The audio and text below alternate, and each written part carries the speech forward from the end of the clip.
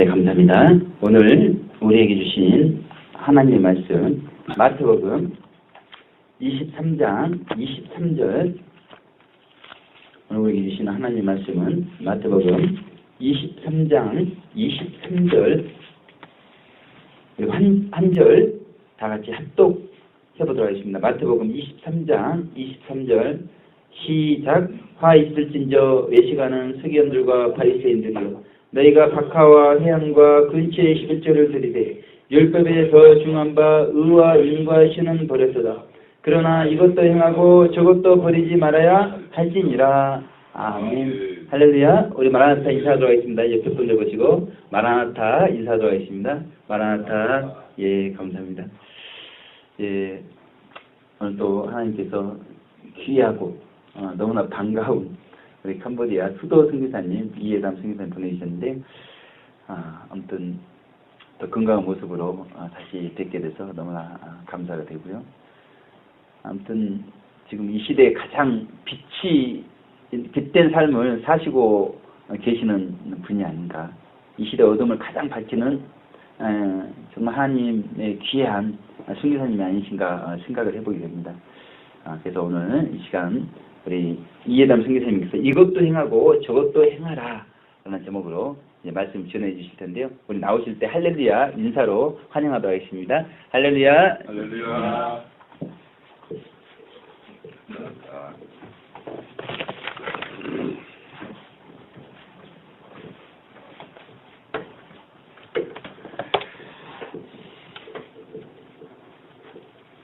말씀을 전하기 전에 먼저 성복재단의 이제 기름 부으신 목사님 축복합니다. 또 축하합니다. 오늘 제목의 말씀은 이것도 행하고 저것도 행하라는 말씀이죠. 오늘 우리에게 주신 본문의 말씀은 예수님께서 이제 십자가에 달리시기 3일 전에 이제 하신 말씀입니다. 예수님은 주일날 예루살렘 성에 입성하셨고 그 주간 금요일에 십자가에 달리셨으니까 오늘의 본문의 말씀은 그 주에 화요일쯤 되는 시기에 하신 말씀이 됩니다. 아주 유언과 같은 그런 중요한 말씀이죠. 이때 예수님은 예루살렘 성전에 입성하시는 오늘 본문의 말씀을 하시기 전까지 대략적으로 보면 약 10가지 정도로 그런 집약된 사건들 속에서 비유를 통해서 마치 유언과 같은 말씀들을 하셨습니다. 그런데 이 말씀들은 불신자들에게 하신 말씀이 아니셨고 유대인들과 종교 지도자들 그리고 예수님의 제자들에게 하신 말씀임을 우리는 중요시 해야 합니다. 예수님은 예루살렘 성전에 입성하셔서 제일 먼저 하신 일이 이제 성전을 정화시키신 일을 하셨고, 두 번째로는 다음날 아침에 베다니 성에서 성으로 들어오시면서 그 시장하신 터에 예수님께서는 무화과 열매를 따시려고 무화과 나무 있는 곳으로 가셨지만 아직 때가 이른지라 열매는 없었고, 또 그 잎만 무성했던 그 무화과 나무를 예수님은 저주를 하셨습니다. 이를 지켜보고 있던 제자들이 이상히 생각하면서 예수님께 질문을 합니다. 선생님, 어찌하여 이 무화과 나무가 어찌하여 곧 말랐습니까? 주님께서 대답을 하십니다. 내가 진실로 너에게 이르노니 만일 너의 믿음이 있고 의심치 아니하면 이 무화과 나무에게 된 이런 일만 할 뿐 아니라 이 산더러 들려 바다에 던지우라 하여도 될 것이요, 너희가 기도할 때에 무엇이든지 다 믿고 구하는 것은 다 받으리라 하시니라 하고 대답을 하십니다. 어떻게 보면 동문서답과 같은 그런 말씀이 이제 답변이 되지만, 율법의 행함만 있고 믿음이 없었던 당시 유대인들과 서기관들과 바리새인들과 대제사장에게 경종을 울리시는 그런 사건이라고 대답하여야 할 터인데, 제자들에게 믿음을 강조하셨습니다. 그리고 구하라고 또 하셨습니다. 즉 율법의 행함만을 추구하고 믿음이 없는 자는 열매 없는 무화과가 나무가 되어서 불에 결국은 던지게 되고, 반대로 믿음이 있다고 하는 자가 열매 없는 무화과 나무가 되며, 또 반대로 믿음이 있다고 행함이 없는 자도 이와 같이 불에 던지고 된다는 것을 오늘날 우리에게까지도 경종을 울리는 말씀이 아닐 수가 없으며, 결국 이것도 행하고 저것도 행하라 라고 하시는 말씀임을 우리는 알 수가 있습니다. 세 번째로는 대제사장들과 장로들이 예수님께서 행하시는 이적과 표적들의 권세 출조에 대해서 질문을 합니다. 이때에 예수님은 오히려 이들에게 되물으셨습니다. 요한의 세례가 하늘로서냐 아니면 사람에게서냐? 너희가 이것을 말하면 나도 너희 질문에 대답하겠다라고 이를테면 조건부 승인을 하신 것이죠. 이들이 이제 대답을 하지 못하자 이번에는 예수님께서 두 아들을 비유로 이제 말씀을 하십니다. 큰 아들은 율법을 강조하면서도 실제로는 세례 요한과 예수님의 가르침을 저버린 유대 종교 지도자들을 빗대셔 말씀하셨고, 이제 작은 아들은 자신의 잘못을 회개하고 뒤늦게 말아 하나님께로 돌아온 세리와 창녀들과 같은 죄인들을 상징으로 말씀을 하셨습니다. 우리는 이 두 아들의 비유의 말씀에서 두 가지 사실을 깨닫게 되는데, 첫째는 하나님께서는 어떠한 죄인이라 할지라도 회개하고 돌아온 자를 받아주신다는 것과, 구원은 구원에 대해서 알고 있는 자가 해당되는 것이 아니라 오직 하나님의 뜻을 쫓고 실천하는 자만이 구원을 받을 수 있다는 것을 깨닫게 합니다. 즉 하나님의 뜻을 쫓음도 행하여야 하고 또 하나님의 말씀대로 행하여야만 하는만이 구원이 이루어진다는 것을 알게 하시는 대목이죠. 네 번째로는 악한 포도원의 농부의 비유를 하십니다. 포도원 주인의 아들을 죽인 유대인들은 천국을 빼앗길 것이고 열매를 맺는 자는 천국을 받을 것에 대해 말씀하셨고, 이제 다섯 번째로는 천국을 혼인잔치로 비유를 하셨을 때 먼저 천국잔치에 초대함을 받은 자들은 유대인들을 말씀하신 것이지만 그 후에 청함을 받은 자는 이방인들과 오늘날의 기독교인들을 대해 말씀하신 것으로서 믿는다고 해서 다 구원을 얻는 것이 아님을 분명히 알 수가 있습니다. 또 혼인잔치에 초대를 받았다는 것은 예수님을 믿었기 때문에 잔치에 참여할 수가 있었던 것이고, 또 말씀을 실천한 행실의 증표는 예복이었던 것입니다. 즉 구원의 조건은 믿기도 해야 하지만 또 말씀을 지켜 행하여 했을 때에라 이루어진다는 것을 우리가 알 수가 있습니다. 이때 임금님께서 예복 입지 않은 그 혼인잔치에 참여한 그 예복 입지 않은 그 사람을 내어 쫓으라고 하셨죠. 바로 이러한 것을 우리가 알 수가 있죠. 여섯 번째로는 바리새인들이 예수님을 함정에 빠뜨리려고 시험하는 사건이 있었습니다. 가이사에게 세금을 바치는 것이 가하리까 불가하리까 질문을 합니다. 바리새인들은 지극히 현실적이고도 아주 민감한 정치적 언저리에서 문제를 제기했기 때문에 예수님을 완전히 함정에 빠뜨렸다고 생각했지만 예수님은 답변에서 신적인 차원으로 보다 영원한 원칙론적 진리를 제시하셨기 때문에 이 사람들의 논리 함정에서 벗어난 동시에 그들의 짧은 논리를 부끄럽게 하셨습니다. 이 말씀을 통해 주님은 우리에게 또 교훈을 주시는데, 하나님의 나라가 너에게 중요한 것처럼 세상일 역시도 너에게 중요히 여기고 실천하라는 것입니다. 즉 이것도 행하고 저것도 행하라는 명령의 말씀이시죠. 그리고 또 이제 또 일곱 번째는 사두개인들이 예수님을 공궁에 처하도록 하려고 부활에 대해서 질문을 합니다. 당시에 이 계대 결혼법을 이용하여서 7 형제와 한 아내에 관해서 질문했지만 예수님은 이들에게 질타를 하셨습니다. 너희가 성경도 하나님의 능력도 모르면서 어찌 감히 천국을 발언하는가?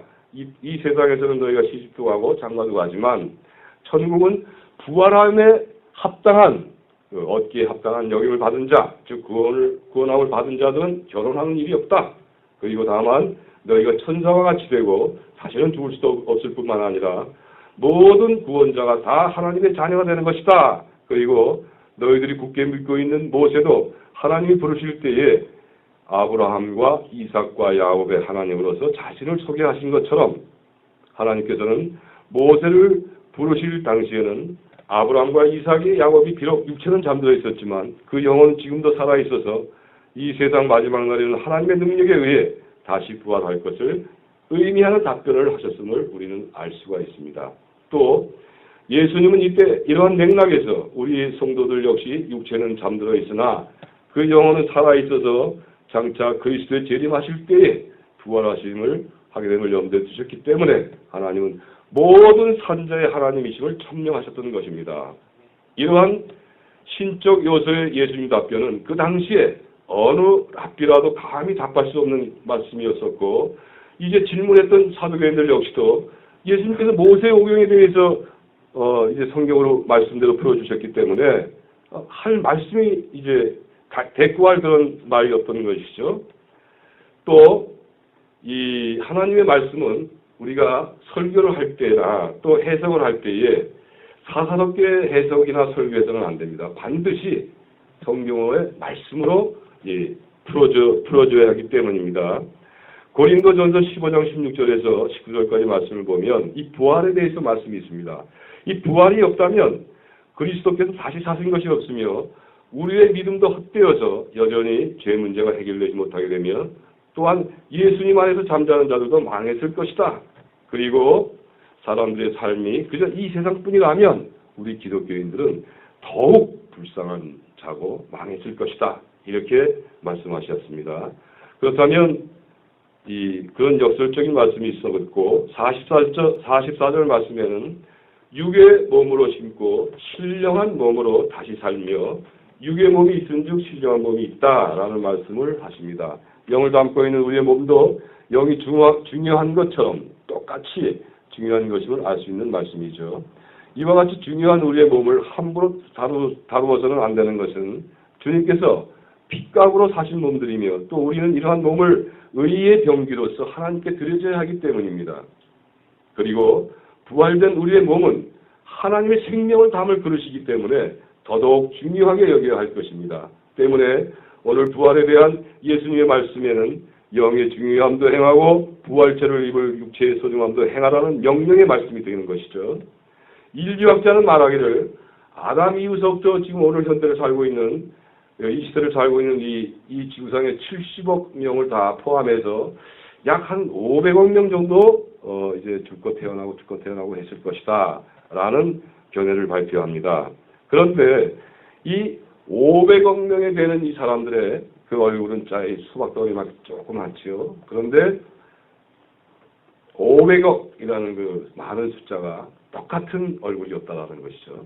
또 얼굴뿐만 아닙니다. 이 손 지문도 다 틀리고 또 이 손에 지금 5개의 손가락이 5개가 있는 이 손이지만 평범한 손이지만 다 틀립니다. 이게 또 발도 그렇습니다. 또 목소리도 그렇습니다. 또 DNA도 다 틀리죠. 이것은 무엇을 의미합니까? 하나님의 형상대로 지음을 받은 사람들은 그 한 사람에게 하나님의 생명을 담을 수 있는 그 육체가 하나밖에 없기 때문입니다. 그래서 우리는 우리의 몸을 함부로 다뤄서는 안 되는 것이죠.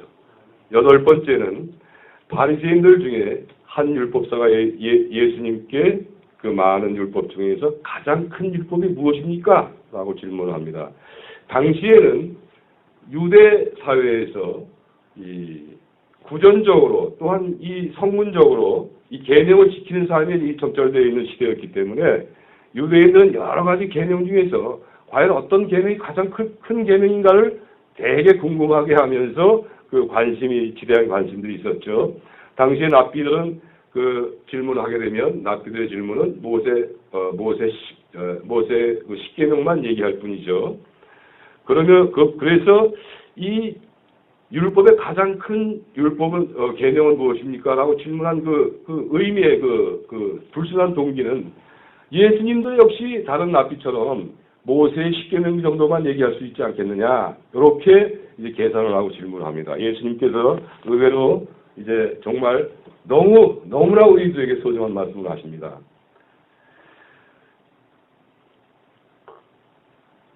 먼저 한 가지로 이제 말씀을 하시죠. 하나님 사랑과 이웃 사랑을 얘기하시죠. 이때에 하나님 사랑이 크고 첫째 되는 계명이요. 둘째는 첫째와 같다고 하시면서 이웃 사랑을 말씀하셨습니다. 이 말씀을 어떻게 생각하면 하나님의 사랑이 더 중요하고 이웃 사랑은 그 다음인 것처럼 들리지만 자세히 이 말씀을 묵상해 보면 두 계명은 서로 같고 하나라는 것을 우리가 알 수가 있습니다.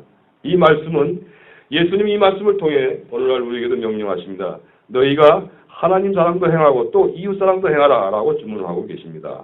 이제 9번째 가서 말씀하시는 것은 예수님의 자신의 정체에 대해 오히려 바리새인들에게 예수님께 대묻습니다. 너희는 그리스도에 대해 어떻게 생각하며 또 누구의 자손이냐라고 질문을 합니다. 바리새인들이 대답하죠. 다윗의 자손이다 라고 대답합니다. 예수님께서는 말씀하시죠. 그렇다면 다윗이 성령에 감동하여 그리스도를 주라고 칭하면서 기도를 했다. 그런데 내가 어찌 다윗의 자손이 되겠느냐 하고 시편 이제 110편을 인용하시면서 설명을 하다 보니까 그 다음부터는 배구하는 자가 전혀 없었다라고 성경을 기록하고 있습니다. 지금까지 예수님은 자신의 정체를 감추어 오셨지만 이제는 그 때가 왔기 때문에 예수님은 자신이 바로 주요 온전케 하신 모든 것을 온전케 하시는 하나님이심을 십자가 사건 바로 직전에 선포하는 말씀이죠.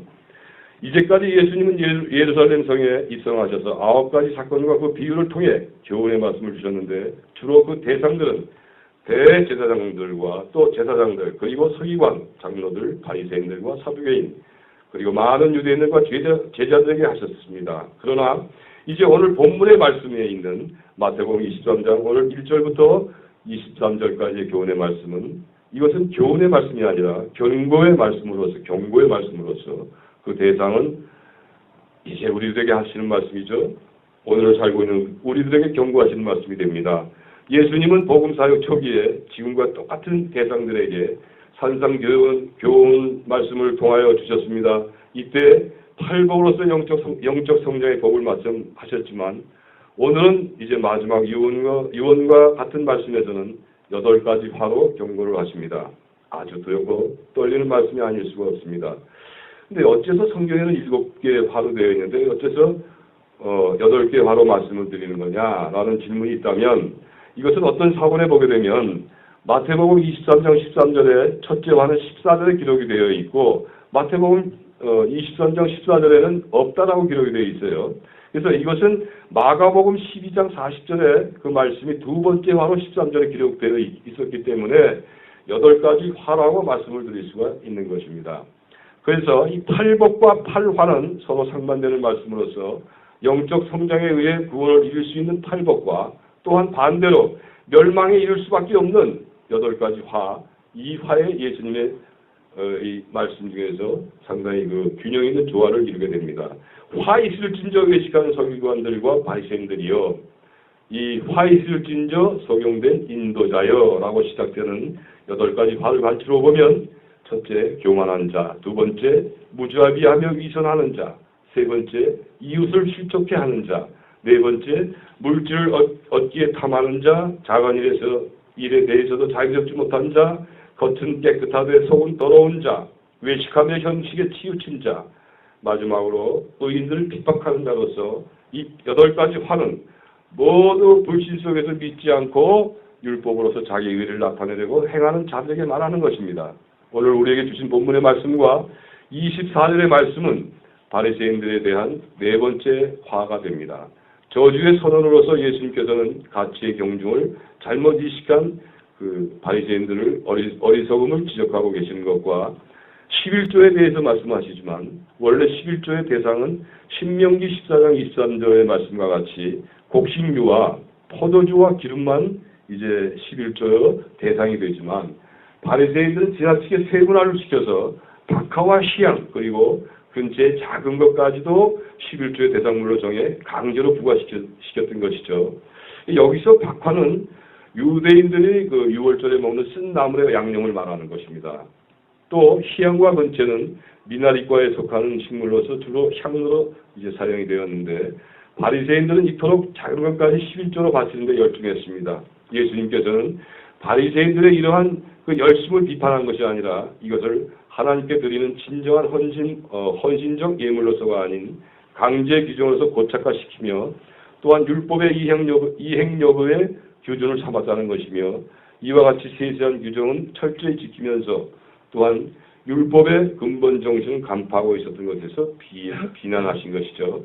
즉 사소한 물질의 11조 규정에는 열심이었지만 더 큰 율법인 의와 인과 신은 저버렸다는 것이 여기서 의는 헬라어로서 크리시스로서 말과 행실로 이웃에게 해를 끼치지 않는다는 것을 뜻하고 이는 엘레오스로 과부나 이방인 그리고 고아 등 불쌍한 자에게 자비를 베푸는 것을 의미하며 또한 신은 피스티스라고 말하는데 이는 약속 또는 믿음의 신실성을 말하는 것입니다. 이러한 의와 인과 신은 하나님과 사람이 그리고 사람과 사람 사이의 관계 속에서 구체적으로 실천을 통해 드러나는 것이지만 또한 반면에 11조는 분명하게 객관적으로 드러내 보일 수 있기 때문에 이것을 통해서 이용해서 바리새인들은 하나님의 영광이 아닌 사람의 영광을 구했던 것입니다.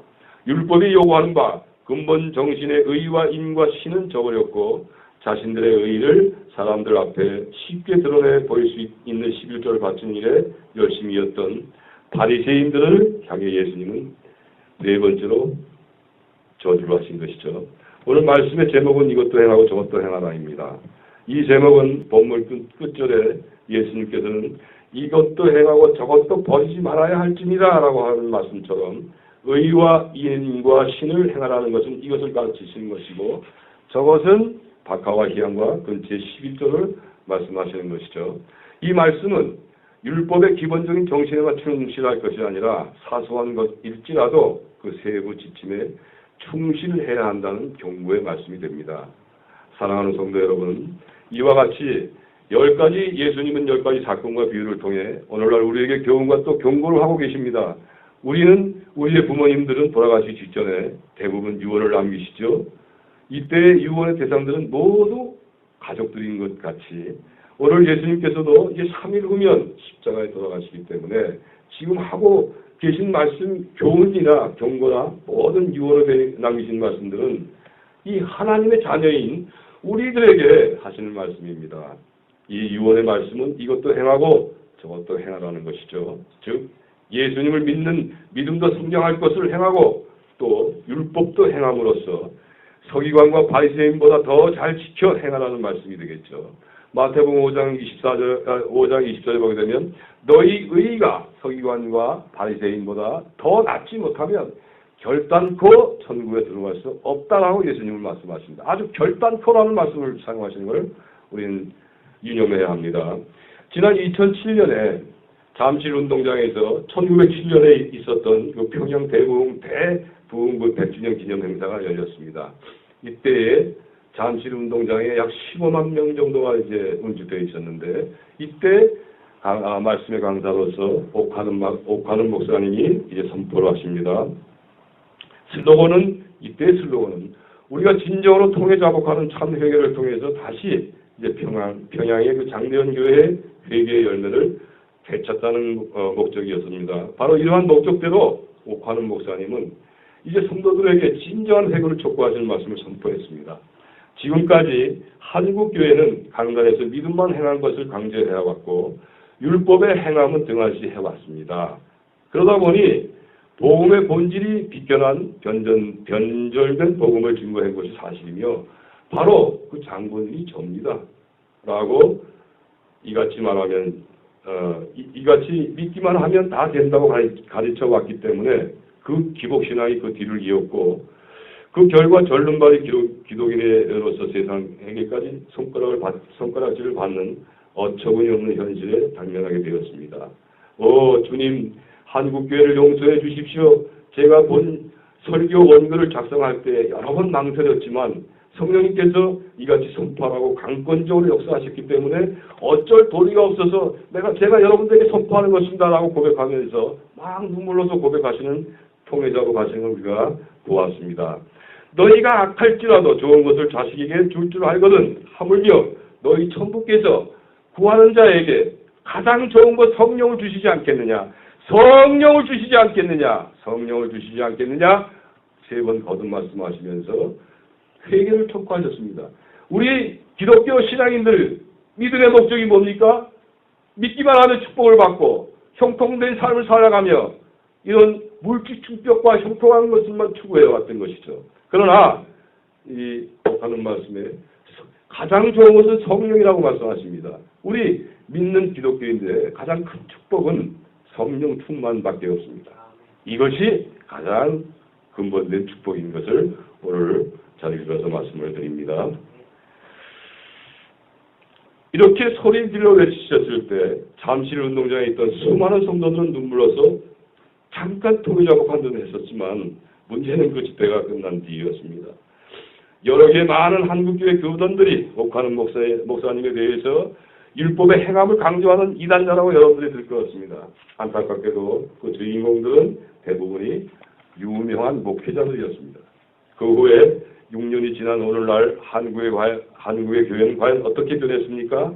저는 메스컵을 접하는 기회가 아주 적습니다. 그래서 캄보디아에서 선교하고 이러다 보니까 또 메스컵을 접하는 그 기회가 별로 없습니다. 그래서 이 세상과 교회가 어떻게 변하는지에 대해서 잘 모릅니다. 그러나 요즘의 세상 사람들이 이 비리가 알려지게 되면 정치인이나 또한 문학의 인사들 등 이런 사람들은 한번 비리가 발각되면 그 다음부터 도저히 나올 수 없는 그런 입장으로 이게 이제 세상은 돌아가는데 유독히 이 기독교인들만 그 어떤 부패가 또 부정 사건이 이게 비리가 폭로가 돼도 오히려 더 잘 나오는 그런 시대에 있다는 것을 제가 알고 또한 아무런 저항도 받지 않고 보란듯이 자신의 분야에서 활동하고 있는 것을 저는 알고 있습니다. 특히 대형 교회에서 목회자님들의 그 비리가 터져 나올 때 더더욱 그렇습니다. 그리고 질타를 하고 이 질타를 하는 세상 사람들에게 오히려 자신들이 잘하고 있는데 저들이 세상의 교회를 탄압한다고 오히려 자신이 더러운 것을 세상 상대에게 뒤집어 씌우고 있는 것도 잘 알고 있습니다. 이해관계로 조직깡패 집단에서나 있어야 할 폭력이 교회 안에서도 자행되고 있으며 급기야는 세상을 움직이게 하고 가르쳐야 할 교회가 거꾸로 세상 법정에게 의존해야 하는 지경까지 온 것도 저는 알고 있습니다.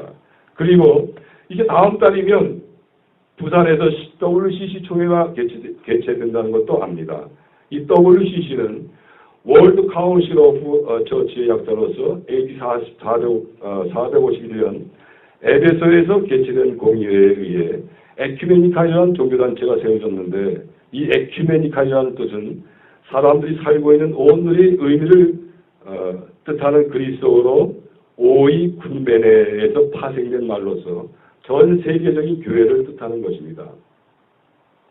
이 운동은 2세기 말과 3세기 초에 리옹의 이레네우스와 또한 카르타고의 터툴리안이 삼위일체 교리 논쟁 이 시작으로 된 각 교파 간의 주장이 막 달라지면서 막 분열됐을 때 이제 교회는 하나의 교회, 즉 교회 일치의 필요성이 종교 회의에서 이제 느끼게 됐으며 그 이를 통해 AD 431년에 에베소에서 개최된 공의회 이후에 AD 451년에 에큐메니칼 회의로 인정되었습니다. 그 후에 오랜 세월이 지나면서 에큐메니칼 공의회는 1948년도에 지금의 세계교회 협의회인 WCC가 창설되었고 그 WCC 총회가 이제 바로 옆에 부산에서 아무런 정황과 저지의 세력도 없이 버젓이 개최가 되는 현실입니다.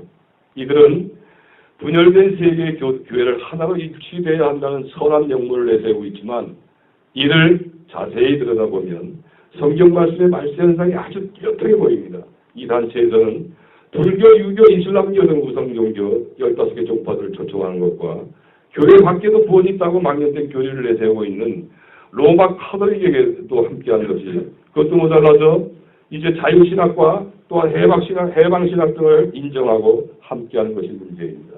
심지어는 4,000명가량이 참석한 WCC 50주년 행사가 있었던 1998년 9월에 아프리카의 하러데에서는 이 악령에 합의된 동성애 목사들 부부까지 참석시키는 이 단체가 이제 65주년 행사가 바로 옆에 부산에서 치러진다는 것입니다. 주님은 경고하십니다. 거짓 선지자들을 삼가하라. 양의 옷을 입고 너희에게 나오라. 속에는 노략질 하는 일이라. 또 경건의 모양은 있으나 경건의 능력은 부인하는 자니 이 같은 자에 대해서 내가 돌아서라. 또 이것이 마지막 때라. 적그리스도가 이르겠다 하면 너희가 들은 것과 같이 지금도 많은 적그리스도가 일어났으니 이러므로 우리가 마지막 때인 줄 아소라. 요한일서 2장 18절에 있는 말씀이죠. 제가 이제 지난 9월 6일 날 이제 캄보디아에서 한국으로 들어왔을 때 들어오는 날 TV를 보게 되었습니다.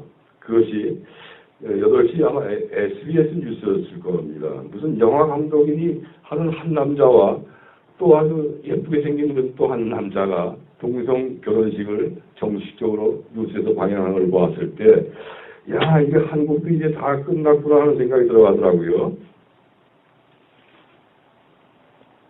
지금 동성연애 합법화하는 나라가 전 세계에서 현재 저 유럽, 미국을 통해서 13개 나라가 되고 있어요. 그리고 제가 선교를 하고 있는 캄보디아 바로 옆에 붙어 있는 베트남도 지금 그 법이 한국처럼 상정이 되어 있는 것이죠. 그래서 이제 앞으로 이 동성애자의 결혼 문제가 전 세계적으로 급격히 터져나간다는 사실이죠. 참, 이 시대는 말세가 아닐 수가 없습니다. 그리고 그 다음날 이제 제가 차를 몰고 이제 운전하면서 극동방송을 듣게 됐는데, 우연히 듣게 됐는데, 그때 마침 극동방송국 이사장님이 그 목사님이 설교를 하더군요. 내용이 보니까, 이 세상을 살아가면서, 이 제약된 세상을 살아가면서, 우리 기독교인들이 거짓말을 안 하고 살 수가 없다. 그러니까 거짓말 좀 많이 하지 말고, 좀 줄여서 좀 적게 하자. 이렇게 가르치고 있더라고요. 참. 그러면서 또 한 기가 막힌 건 뭐냐면, 요한복음 8장 44절 말씀을 인용해 가면서, 너희는 너희 아비 마귀에게서 났으니, 너희는 저의 처음부터 살인한 자여 그 속에 진리가 없으므로 거짓의 아비가 되었다. 이런 말씀을 인용하신 걸 봤을 때, 야, 이거 극동방송에서 거짓말을 하라고 기독교인들에게 가르치니 이 시대에 우리가 살고 있구나 라는 생각으로 아주 그냥 정말 힘이 하나도 없어지더라고요. 오늘 아침 새벽에 이 양봉근 목사님께서 요한계시록의 말씀을 해주셨는데 3장 19절에 예수님께서 라오디게아의 목회자, 부유한 목회자를 사랑하시기 때문에 책망하신다라고 하셨습니다. 저는 그 말씀에 상당히 큰 은혜를 받았어요. 저는 지금까지 부정적인 생각을 가지고 있는데, 우리 양 목사님은 사랑하라고 하시니까, 그렇구나, 라고 이제 생각이 돼서 은혜가 됐는데, 문제는 19장 말씀에도 너희가 열심을 내고 회개하라! 라는 말씀을 결론을 지게 됩니다. 그러니까 우리가 항상 하나님의 말씀은 이 전체를 다 풀어야지 한 부분만 풀어서는 절대 되는 것이 아니에요. 그래서 우리는 정말 열심도 행하고 회개도 행하는 그런 삶을 살아갈 때에 진정한 그리스도인이 되는 것이 아닌가라는 생각도 한번 하게 되거든요. 자, 이제 이 세상은 남자와 남자가 그리고 여자가 결혼하는 것을 합법적으로 시행되는 정말 악의 극치로 달려가고 있습니다. 철저하게 인권을 보호한다는 가면을 쓰고서 행해지는 이 사탄의 세상이 오고 있음을 우리는 알고 있습니다. 교회는 그렇다고 해서 교회가 좀 달라야 되는데 교회 역시도 크게 다른 것이 없습니다. 이 WCC 같이 이 사악한 것들이 인정되고 있는 시대, 또 강단에서 서슴없이 거짓말을 하고 하는 이 시대, 이러한 악한 현상들은 세상 사람들이나 믿지 않는 세상 사람들이나 믿는 사람들 모두가 철저한 인본주의 사상이 서서히 젖어온 결과이기 때문에 그렇습니다. 자, 이제 세상이나 교회가 이렇게도 암울하고 혼탁한 이 시대에서 살고 있는 우리들에게 과연 어떻게 살아가야 오늘 우리에게 주신 말씀, 주님의 명령이 말씀, 이것도 행하고 저것도 행하여 올바른 삶을 영위할 수가 있습니까? 그것은 예수님을 닮아가는 성화의 행함과 또한 주님의 지상명령인 복음의 증거의 사명을 하나하나 이루어가며 사는 것입니다. 사람들은 흔히 행함을 강조하면 옥하는 목사님을 평가절하는 것처럼 율법을 이야기합니다. 예수님은 수많은 율법 중에 가장 큰 율법은 하나님의 사랑과 이웃사랑인 것을 정하셨습니다. 그렇다면 로마서 13장 10절의 말씀에 사랑은 율법의 완성이라고 말씀하셨고 요한복음 15장 13절에 사람이 친구를 위하여 자기 목숨을 버리면 이에서 더 큰 사랑이 없다라고 말씀하십니다. 또한 야고보에서 2장 17절에 보게 되면 행함이 없는 믿음은 그 자체가 죽은 것이라고 말씀합니다. 이와 같이 말씀 속에서 우리의 가장 큰 율법에 행한다는 것은 무엇이 되는 것입니까? 바로 친구를 위해 자기 목숨을 버리는 것입니다. 이 말씀에서 친구라는 것은 믿지 않는 이웃을 말하는 것입니다. 또한 자기 목숨을 버린다는 것은 이웃을 위해 순교한다는 것을 말하는 것입니다. 하나의 밀이 땅에 떨어져 죽지 않으면 하나를 그대로 있고 죽으면 많은 열매를 맺고 자기 생명을 사랑하는 자는 잃어버릴 것이요 이 땅에서 자기 생명을 미워하는 자는 영생토록 보존하리라 하는 요한복음 12장 24절 말씀과 같이 우리는 그렇습니다. 이 말씀은 자신의 성화와 함께 이웃의 구원을 위해 자기 자신을 희생하는 전도자나 또한 선교의 사명을 이루하는 주님의 말씀인 것입니다. 사랑하는 성도 여러분, 지금까지 우리의 전도 생활이 서기관과 바리새인들처럼 그저 형식에만 치우쳐 왔다면 이제 회개하십시다. 그래서 하나님께서 기뻐 받으시는 복음의 증거의 삶으로서 온전히 살아가십시다. 믿음으로 성화되는 것과 율법의 가장 큰 복음의 사명이 동반되는 삶을 이루어 나가므로 오늘 주님께서 주신 말씀 이것도 행하고 저것도 행하는 여러분과 또한 제가 되기를 예수님께 간절히 기도합니다.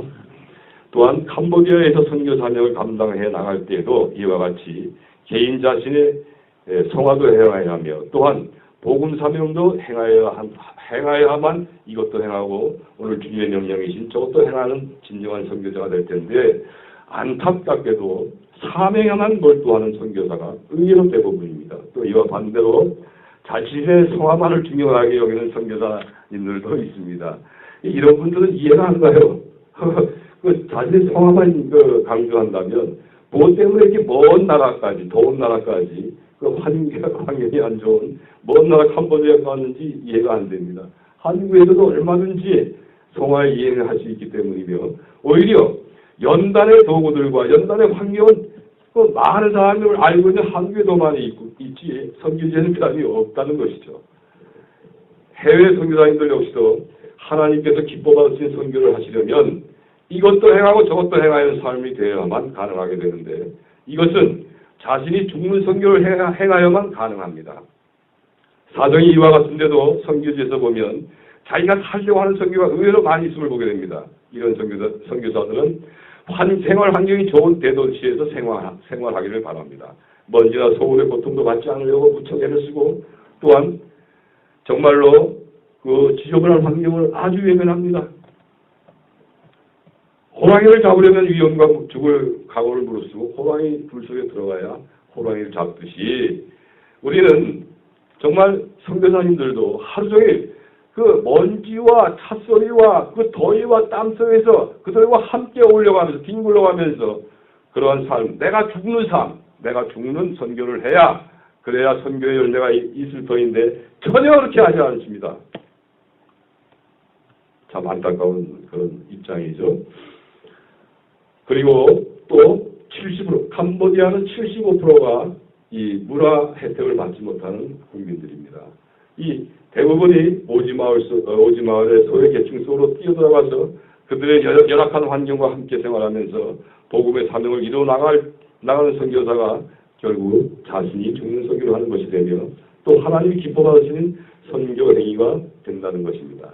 이때 하나님은 이런 선교사에게 은혜를 충만하게 부어주십니다. 지난 7월 28일 날 캄보디아에서는 제5대 총선이 있었습니다.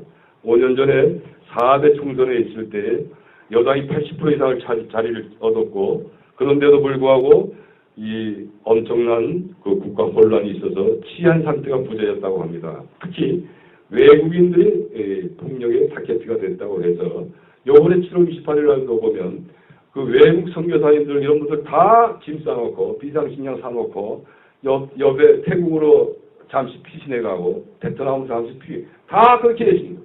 이런 사람들은 자기가 살려고 하는 선교를 하는 것이에요.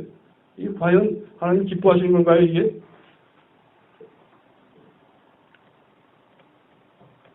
이처럼 자신이 살려고 선교하는 선교사가 캄보디아에서 이미 450년 전에부터 시작되었음을 캄보디아 기독교 역사를 보면 알 수가 있습니다. 450년 전에 유럽의 선교사들이 캄보디아에 들어왔을 때 이들은 자신이 살려고 하는 선교를 시작했던 것이죠. 즉 국왕과 정치적으로 타협하고 또 불교계의 종교계들과 타협하고 이렇게 이러다 보니까 이 살려는 선교를 하려고 하다 보니까 지금 이 기독교가 어떻게 지금 평가가 되고 있냐면 그 참 이 종교가 기독교가 천주교도 기독교잖아요. 이게 그 세상 종교를 이렇게 인식되고 있어요. 그러다 보니까 이게 지금 선교에 대한 450년이 지나왔는데 선교에 대한 열매가 전혀 없습니다. 전혀. 한국과 아주 비교되는 대목이죠. 한국은 이제 220년밖에 안 됐는데 우리 프랑스에서 파리에서 온 그런 그 선교사님들, 신부님들이 피를 많이 흘리셨죠. 그 전부터 피를 흘리셨는데 정말 한국과 비교가 되는 그 선교의 피가 많이 흘린 것과 죽으려는 선교를 한국은 했고 선교사님들이 캄보디아는 살려는 선교를 한 것, 이게 비교가 되는 것입니다. 어쨌든 캄보디아 현실은 과거에도 선교의 피가 전혀 없었고 지금도 없기 때문에 오늘까지 선교의 열매가 아주 빈약한 것입니다. 전체 인구의 1,500만 명 중에서 개신교 인구가 1.71%밖에 안 되고 천주교 인구가 0.16%밖에 안 됩니다. 그래서 기독교 인구가 2%도 안 되죠. 1,500만 명 중에서 30명도 안 되는 숫자가 이제 지금 열매가 되어 있는 거예요. 이나마 대부분이 사이비 기독교 신자입니다. 예수님을 믿은 지 10년 됐다는 그 교인의 집에 가보면 중앙에 뻐젓이 신상을 차려놓고 있어요. 이게 왜 캄보디아가 이런가 알고 봤더니 선교사님들이 과거서부터 지금까지 살려는 선교를 해봤다는 것이죠. 하다 보니까 99%가 다 대도시에서 선교사님들 생활하고 있어요. 1%만 오지 마을에 들어가서 그들의 환경과 같이 어울려가면서 선교를 하는 것이 오늘의 실정입니다. 이제부터라도 이 캄보디아 선교는 선교사가 모두 죽어가는 선교의 선교가 되어야만이 하나님께서 풍성한 열매로 보답하실 것은 저는 체험으로 확실히 믿습니다. 이러한 선교는 그저 순간에 어떤 감동을 받아가지고 그냥 툭 하고 가는 선교는 다 살려고 하는 선교가 됩니다.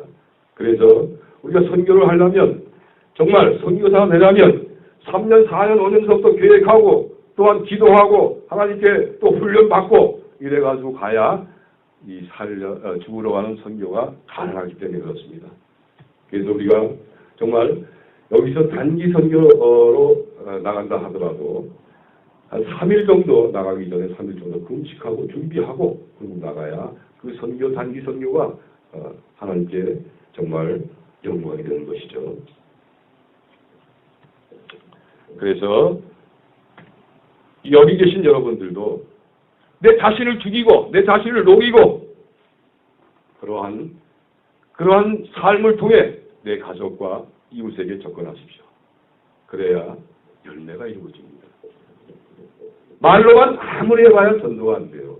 제가 이제 한국에 나와서 인력사무실에 나가서 그들과 노동을 같이 할 때에 그냥 말로만 예수님 믿으시오. 대꾸가 나옵니다. 그러나 그들과 같이 뒹굴러가면서 3, 4일 같이 생활해가면서 빛으로 보였을 때 그들이 예수님을 받아들이는 것을 저는 압니다. 그래서 이 자리에 계신 여러분들도 정말 태우십시오. 녹이십시오. 그것이 손해가 절대 아닙니다. 아주 큰 이익이 되는 것을 여러분 체험하시길 바라요. 자, 이제 간단한 선교보고와 간증으로 말씀을 마칠까 합니다. 선교보고는 제6차 선교기간은 2013년 6월 6일서부터 9월 6일까지 3개월 했고요. 선교활동은 프롬펜 KTNC 한국어 전문학교에 특강을 했고 시기는 기간 중에 매주 월 화요일 날 또 대상은 프롬펜 시내 본교와 프롬펜 시내 분교 두 곳에서 섬겼습니다. 대상 인원은 약 1000여 명, 또 복음 증거 방식은 한국어 특강 시간에 한 타임에 90분을 제가 받았는데 그중에 중간에 10분, 40분 한국어 특강하고 중간에 10분 그리스도 복음 증거하고 또 마지막 40분에 또 한국어 특강하는 이런 방법으로 이제 1000여 명에게 그리스도를 증거했습니다. 그런데 벌써 이 6차에 지금 들어와서 이제 그들에게 복음을 증거하는데 1차 때, 2차 때, 3차 때가 아주 완전히 달라지는 거예요. 복음을 증거하면 그냥 성령님이 임하셔서 이게 느껴요, 감동이. 청년들이 아주 눈이 반짝반짝하고 귀를 쩍쩍 들이면서 예수 그리스도를 받아들이는 그런 상황까지 지금 하나님은 은혜를 주십니다. 또 이 캄보디아 국가고시가 한국 기능 시험이 어제와 오늘 이틀 동안 이제 시험을 치르게 되는데, 제가 이제 그 프로텐 시내 그 본교에서 오전 한 타임에 이제 하루에 4타임을 하는데 오전 한 타임에 약 한 200명이 이제 특강을 가르치고 나서 9월 4일 날 합격 지원 예배가 있을 테니까 참석하실 분은 참석하십시오. 광고를 했습니다. 200명에 대해서. 그래서 저는 한 10대 명 참석하지 않겠나 이렇게 계산을 하고 10대 명에게 발을 닦아주고 축복 기도를 해줘야 되겠다 이렇게 이제 계획을 세웠어요. 1시부터 2시까지 이제 예배를 드리고 시작했는데 130명이 온 거예요. 130명이. 그래서 발도 못 닦아주잖아요. 시간이 많이 가요. 그래서 이제 여러분들이 이 자리에 계신 예배를 이제 마치고 나서 여러분들이 정말 한국에 가시길 원하시는 분은 목적이 있을 것 아니냐? 첫째 목적은 돈 벌러 가는 목적 아니냐? 그 목적에서 목적 하나를 더 추가해라. 예수님을 만나러 가는 목적을 더 추가해라. 그리고 당신들이 여러 청년들이 이제 시험 치르는 그날까지 아침, 점심, 저녁에 10분 동안 하나님께 간구하고 기도해라. 분명히 이런 자를 하나님이 합격시켜 주신다. 라고 이제 서명을 받았습니다. 놀라게도 93명이 서명을 했어요. 그래서 오늘 새벽에도 그 명단을 쭉 하고 기도를 했습니다만은 이런 그 결실을 맺게 해주시는 하나님입니다.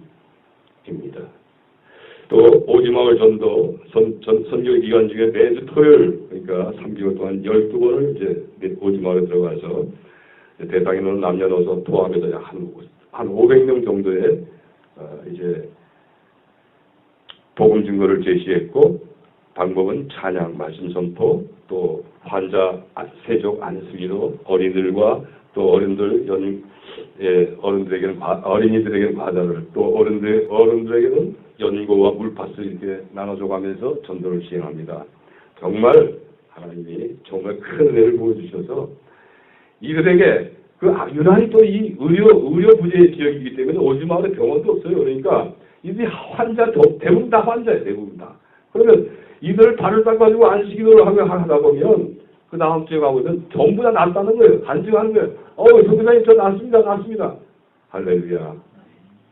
또 그런 오늘 또 새벽에 우리 양 목사님 그 말씀 중에 죄가 있는 것에 은혜가 많다고 하셨는데 이 오지마을 가면 정말 이렇게 보면 영적으로 아주 그냥 깜깜한 그런 지역이에요. 이런 데 가서 이제 복음을 증거하다 보면 이 사탄 마귀들이 어떻게 방해를 하냐면 느닷없이 그 개떼들이 그냥 와가지고 막 그냥 패싸움 하는 거예요. 우리 지금 안식도 하는 자리에서. 그리고 조금 있으면 옆집에 가서 북을 둥둥둥둥 불기고 이런 방해 공작이 있다 하더라도 하나님 큰 은혜를 부어주셔서 막 우리가 가기를 확소대하는 이러한 하나님의 은혜를 주십니다. 오늘 시간이 많이 돼서 정말 선교 보고할 것이 엄청나게 오늘 작성하면서 보니까 너무 많은 거예요. 이 간증하는 게 하나님께 받은 간증이 너무나 많은 거예요. 이게 뭐 그런 것 없도 오지마을에 이제 지하수 물을 파주게 되는데 상대를 고르려고 여러 군데를 조사하는 과정에 마지막 하나님 선택을 해주신데 그 자매님이 자기가 3년 전부터 자기 집에 마당에 지하수를 파괴해달라고 기도를 했다는 거예요. 하나님께. 이렇게 하나님 역사하세요. 또 지금까지 그 감독자가 이제 한국 선교사님 나이 드신 분인데 지금까지 그 물판 중에서 가장 물량이 많이 나와요. 이 캄보디아는 물량이 이게 또 이제 큰 관심거리가 되는데 물량이 가장 많이 나온다는 거예요. 그래서 보니까 물이 굉장히 깨끗해요. 그래서 이제 한국에 와서 이제 그 수질 검사를 했습니다만은 이제 내일쯤 결과가 나올 거예요. 그래서 이 물이 한 200~300명 되는 그 주민들이 정말 좋은 물이 되어서 영원한 생명수가 되기를 놓고 기도하고 간구했더니 이런 결과를 하나님께서 주시는 것이죠. 절대 행한 대로 받는 것입니다. 성경은 항상 행한 대로 받는다고 이게 진리의 말씀이에요. 그렇기 때문에 여러분들도 정말 내 자신을 녹여가면서 정말 내 자신이 희생하고 정말 산에 있는 동네가 되어서 정말 희생하시고 하시면 절대 손해보지 않습니다. 손해볼 것 같으면 성경 다 있어야죠. 마태복음에서 주님께서 말씀하십니다. 너희가 복음과 하나님의 나라를 위해서 자식이나 젖소를 버리면 내가 이 세상에서 이 땅에서 100배를 너에게 준다.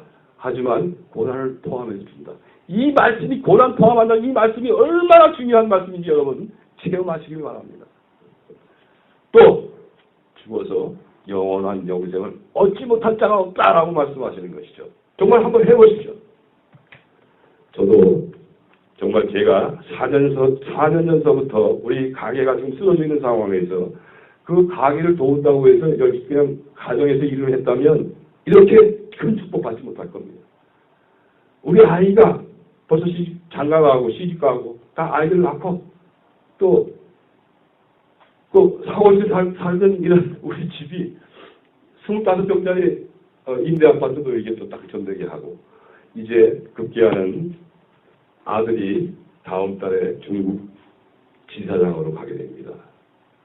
이게 만약에 제가 그냥 가족 추스린다고 4년 동안 가족을 추스렸다면 이런 일이 있겠습니까?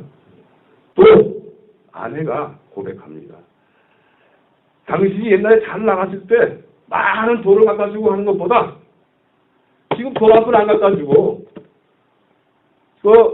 이 1년 3일 나가서 힘쓰게 노동해가지고 번 돈 선교지에 가서 사용하고 한 이 시점이 가장 행복합니다라고 고백을 합니다.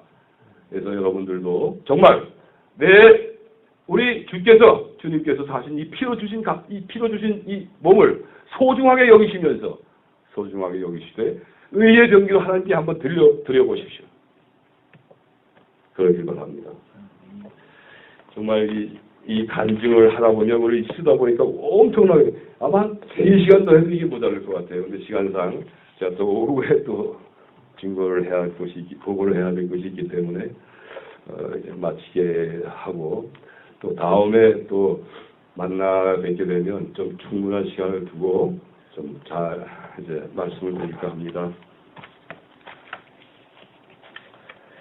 제가 이빨을 막 흔들리는 걸 한 열흘 전에 이걸 뺐더니 말이 자꾸 헛나가요. 그래서 이 말씀을 선포하면서 자꾸 긴장이 되는데 양해해 주시기 바랍니다.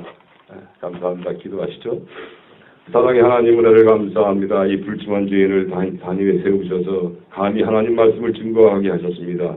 말하는 이는 너희가 아니라 너희 속에 계신 성령 하나님이라고 말씀하셨사오니 아버지 하나님이여 드린 이제 선포한 이 말씀마다 하나님의 영광이 이루게 하시며 이제 듣는 심령들을 축복하여 주시어서 이제 자신을 녹이고 이제 의의 병기로 하나님께 드려지는 그러한 각오의 새로운 깨달음이 있게 하시고 각오가 있게 하시고 또한 시행케 하여 주시어서 하나님께 영광 되어지는 복된 성도님들 다 되어줄 수 있도록 축복하여 주시옵소서.